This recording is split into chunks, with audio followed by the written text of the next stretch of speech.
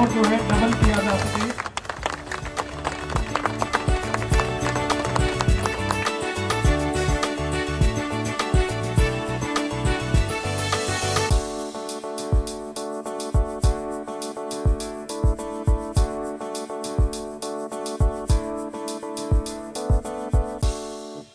सबसे पहले बहुत बहुत नमस्कार।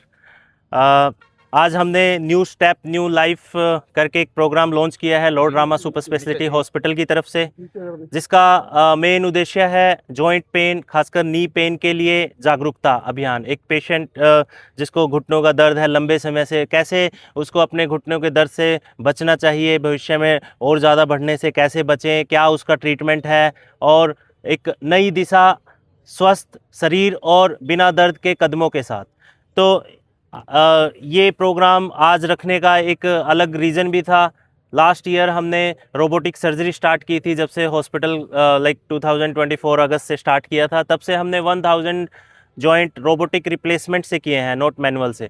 तो उनके सारे रिजल्ट्स हम दिखाना चाहते हैं दुनिया को, देशवासियों को, कि कैसे पेशेंट्स चल रहे हैं, क्या उनको पेन है ऑपरेशन के बाद, क्या उनकी लाइफस्टाइल बेहतरीन हुई है, क्या अभी उनका शरीर स्वस्थ है। ये सारी चीज़ें हम आज देखेंगे डेमो पे। हमने काफ़ी जो पुराने पेशेंट्स हैं उनको बुलाया है जिनकी रोबोटिक सर्जरी हुई है, तो उनको डायरेक्टली हम देख के उनका इंटरव्यू करेंगे कि वो सारी चीज़ें बिल्कुल ठीक है, क्या उनका एक्सपीरियंस रहा।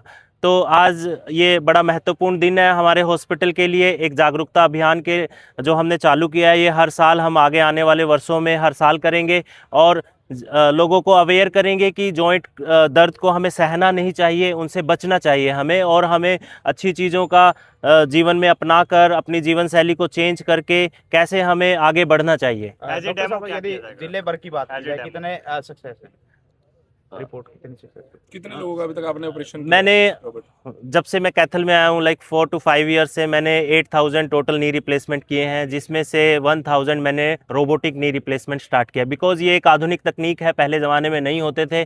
और हमारे एरिया में मेरे पास फर्स्ट रोबोटिक सर्जरी स्टार्ट हुई थी 2024 अगस्त से, तब से लेके आज तक 1000 जॉइंट हम चेंज कर चुके हैं रोबोटिक से। सिंपल और रोबोटिक में फ़र्क क्या रहता है और खर्चे कितना फ़र्क है? देखो, जैसे जैसे तकनीक बढ़ती है थोड़ा खर्चे पे तो इफ़ेक्ट पड़ता है, बट कुछ चीज़ें आधुनिक तकनीक से हम चेंज करते हैं। बोन के अंदर कम कट करना, या एक्यूरेसी प्रिसीजन बढ़ना, ब्लड लॉस कम होना, या फिर जॉइंट पेन फ्यूचर में कम होना, ये चीज़ों का हमें सहूलियत रहता है रोबोटिक सर्जरी से। रिजल्ट कितना रहता है, मतलब अगर 100 करें हैं तो उसमें से ठीक कितने?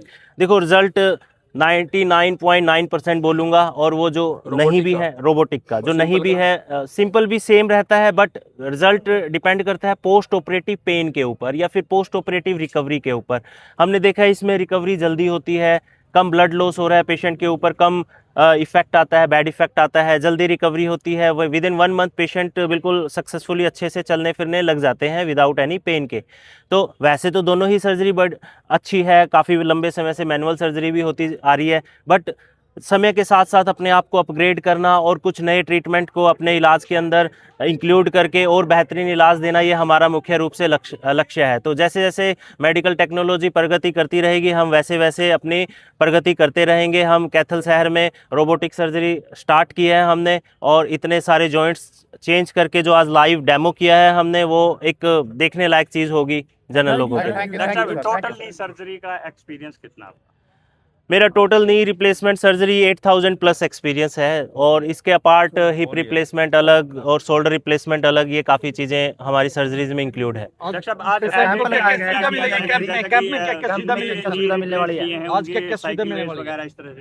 सबसे पहले जैसे मैं लाइव डेमो की बात करता हूँ, आज हमने जो पुराने हमारे पेशेंट्स हैं उनको बुलाया है, जो हमें कुछ एक्टिविटीज़ करके दिखाएंगे, जैसे कि चलना फिरना, थोड़ा सा दौड़ना, ब्रिस्क वॉक हो गया, रनिंग हो गया, साइकिलिंग हो गया, या फिर घुटनों की मूवमेंट कैसी है, या उनका एक्सपीरियंस कैसा रहा प्री सर्जरी, इंट्रा ऑपरेटिव या फिर पोस्ट ऑपरेटिव, कितने महीने में उनकी रिकवरी हुई, दर्द से मुक्ति कितने दिनों में मिली, ये सब चीज़ों का हम पूरा एक बयान लेंगे। कैंप में क्या क्या सुविधा रहने? कैंप में आज हमने एक स्पेशल रूप से हड्डियों के ऊपर फोकस करके विटामिन डी के टेस्ट हुए, या फिर बोन डेंसिटोमीट्री हुआ, ब्लड शुगर के टेस्ट हुए, या फिर राय हुई, एक्सरे हो गया, ये सारी चीज़ें फ्री किया है हमने कैंप में।